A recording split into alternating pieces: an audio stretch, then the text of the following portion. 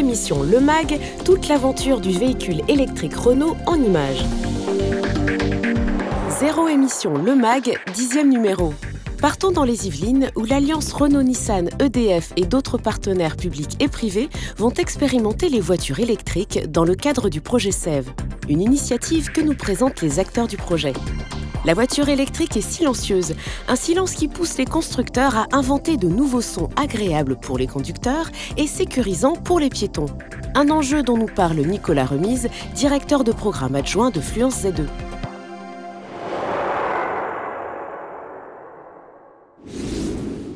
Une centaine de véhicules électriques Renault et Nissan et leur infrastructure de charge seront expérimentés par des clients particuliers et professionnels dans les Yvelines en région parisienne. Il s'agit du projet SEV, un test grandeur nature pour préparer l'arrivée du véhicule électrique sur le marché. La parole est aux nombreux partenaires de cette initiative pour qui l'aventure électrique ne fait que commencer. Nous savons déjà qu'à terme, nous devrions pouvoir équiper nos 600 parcs de stationnement français, un peu plus même maintenant, de bornes de chargement pour véhicules électriques. Nous savons que les 250 000 places de stationnement payant sur voirie que nous gérons également, nous devrions pouvoir un jour en équiper une bonne partie pour des recharges de véhicules électriques.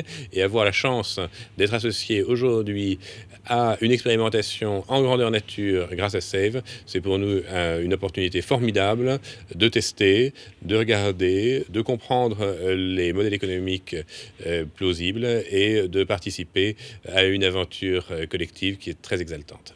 Ce qu'on va en retirer, c'est un retour d'expérience assez unique sur l'utilisation du véhicule électrique dans une zone géographique clairement définie, qui sera extrapolable au niveau national et notamment au niveau du déploiement des infrastructures de recharge qui seront nécessaires. Les grands enjeux, outre ceux liés à un acheteur de véhicules pour savoir si le véhicule correspond ou non à ses besoins, sont aussi sur l'aspect énergétique, de savoir quel sera l'impact d'un grand nombre de véhicules sur la courbe de charge de production énergétique française, sur les besoins en raccordement locaux au niveau du réseau, mais aussi sur le type de service qu'EDF pourrait être susceptible d'offrir aux utilisateurs et aux clients du véhicule électrique. Senaval est vraiment, à ce titre, une mini-France. Quelque part, un petit laboratoire de ce qui va se passer à l'échelle nationale dans les années à venir.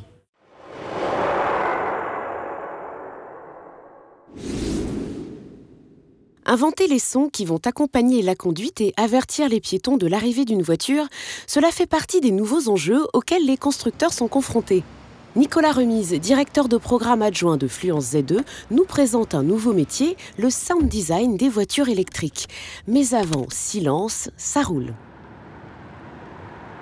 Le véhicule électrique, il se caractérise bien sûr par le fait qu'il n'émet rien en CO2 à l'usage. Donc on n'émet pas de CO2 quand on utilise un véhicule électrique. Mais il y a une autre caractéristique importante que les personnes oublient souvent, c'est qu'il n'émet pas de bruit. Le véhicule électrique est un véhicule sans bruit. Au démarrage, en fait, toutes les personnes qui ont essayé des véhicules électriques ont été surprises parce qu'elles nous demandent « mais est-ce que le véhicule est sous tension ?» Parce qu'on n'entend absolument aucun bruit.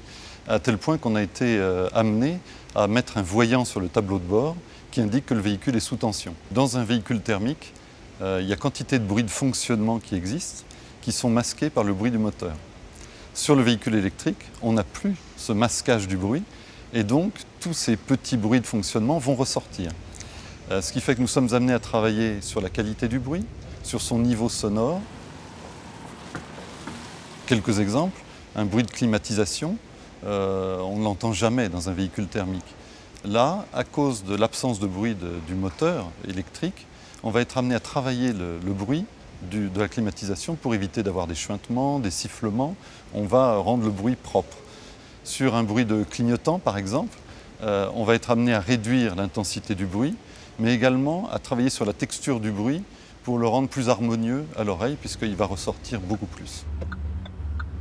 Pour éviter de surprendre l'utilisateur, mais également les piétons, à l'utilisation d'un véhicule électrique, nous avons été amenés à travailler sur plusieurs pistes. La première, c'est le bruit extérieur. Pour éviter de surprendre des piétons, on va créer un bruit artificiel qui permet d'avertir le piéton qu'un véhicule électrique s'approche. Il y a différents domaines dans lesquels nous travaillons pour créer un bruit qui ne soit pas quand même le bruit d'un véhicule thermique, sinon on aurait tout perdu, mais qui doivent rappeler quand même aux piétons qu'il s'agit d'un véhicule. Là, il y a des instances de réglementation, de normalisation, qui travaillent à définir le type de bruit qui serait autorisé. On n'a pas le droit, par exemple, de créer des bruits d'oiseaux, des bruits d'animaux, des bruits aquatiques. Pour créer un bruit extérieur qui soit spécifique du véhicule électrique, les équipes de Renault sont bien sûr au travail, particulièrement la prestation client, les équipes acoustiques, les équipes d'électronique également, et qui travaillent en partenariat avec un laboratoire extérieur, l'IRCAM, qui est le laboratoire de recherche sur la musique contemporaine et l'acoustique.